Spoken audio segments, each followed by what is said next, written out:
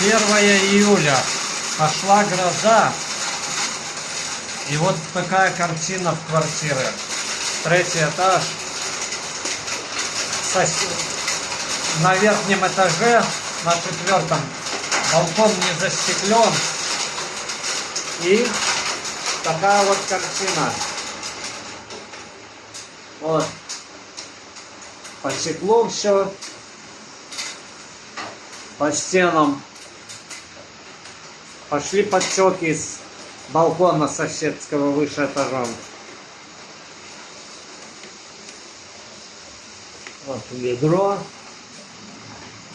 Капли.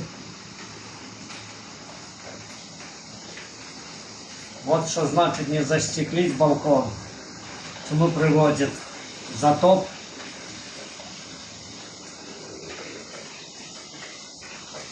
Все.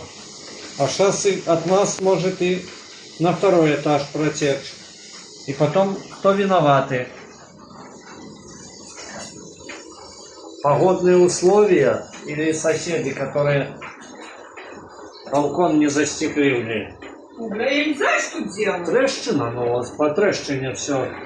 Осад куда ушли дом?